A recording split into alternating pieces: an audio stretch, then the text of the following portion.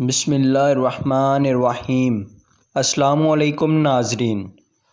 ماہ رمضان خاص کر آخری عشرے کی طاق راتوں میں ہمیں زیادہ سے زیادہ عبادت کرنی چاہیے، کیونکہ رسول اللہ صلی اللہ علیہ وسلم نے ارشاد فرمایا، شب قدر کو رمضان کے آخری عشرے کی طاق راتوں میں تلاش کیا کرو۔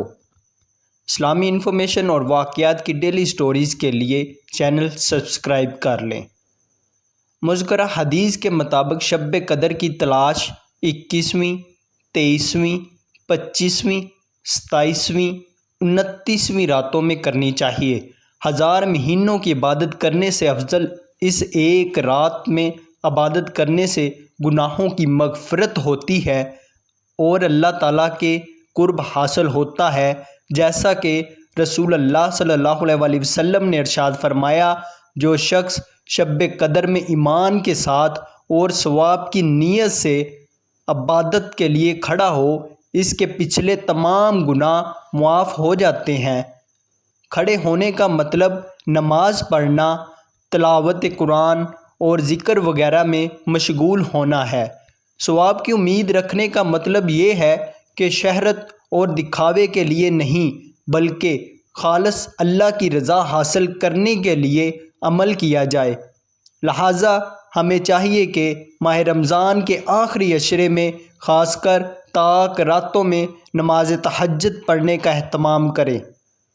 تہجد میں حضور اکرم صلی اللہ علیہ وسلم کا زیادہ تر عمل 8 رکعت نفل اور 3 رکعت وتر پڑھنے کا تھا، البتہ کبھی کبھی کم یا اس سے زیادہ بھی پڑھتے تھے۔ قرآن کریم میں فرض نماز کے بعد جس نماز کا ذکر تاکید کے ساتھ بار بار کیا گیا ہے وہ تہجد کی نماز ہی ہے، جو تمام نوافل میں سب سے افضل نماز ہے۔ ارشاد باری ہے، وہ لوگ راتوں کو اپنے بستروں سے اٹھ کر اپنے رب کو عذاب کے ڈر سے اور ثواب کی امید پر پکارتے رہتے ہیں، یعنی نماز، ذکر اور دعا میں لگے رہتے ہیں۔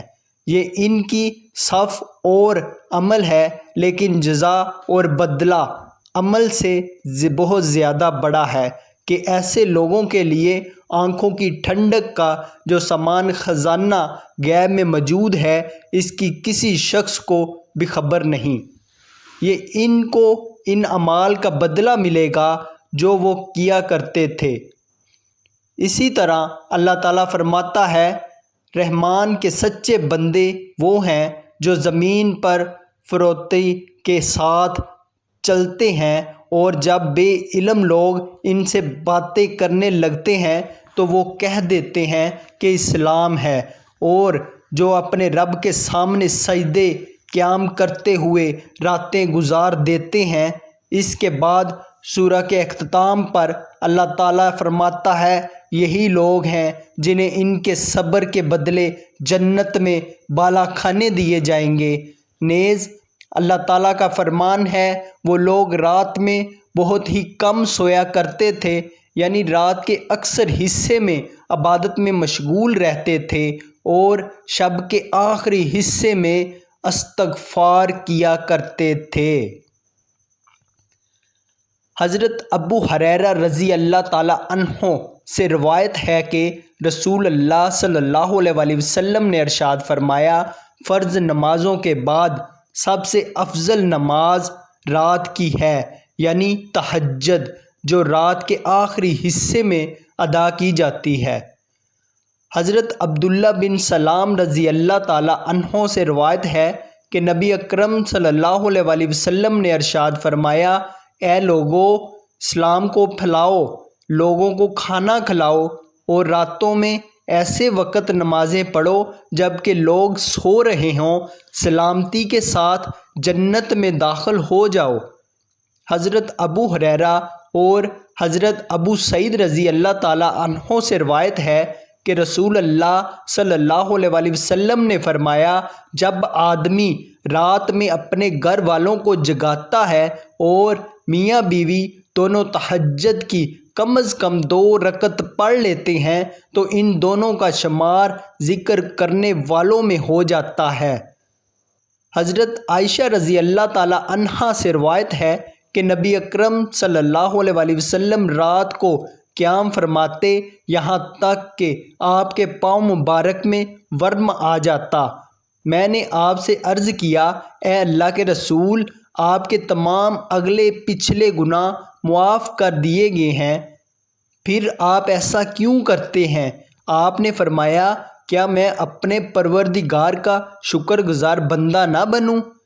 حضرت عائشہ رضی اللہ تعالی عنہا فرماتی ہیں کہ حضور اکرم رات کو قیام فرماتے یعنی نماز تہجد ادا کرتے یہاں تک کہ آپ کے پاؤں مبارک میں ورم آ جاتا۔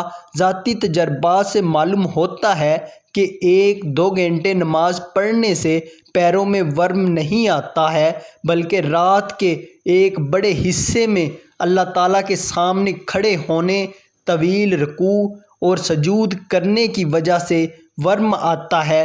چنانچہ سورۃ بقرہ اور سورۃ آل عمران جیسی لمبی لمبی صورتیں آپ ایک رکعت میں پڑھا کرتے تھے، اور وہ بھی اطمینان و سکون کے ساتھ۔ سورۃ مزمل کی ابتدائی آیات، آخری آیات، مذکورہ حدیث اور دیگر احادیث سے بخوبی اندازہ لگایا جا سکتا ہے کہ آپ رات کا 2/3 یا آدھا یا 1/3 حصہ روزانہ نماز تہجد پڑھا کرتے تھے۔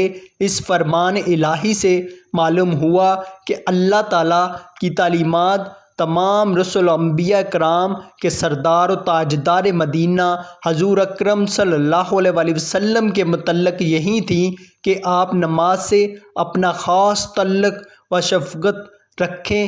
چنانچہ حضور اکرم کے ارشادات بھی اس کی گواہی دے رہے ہیں۔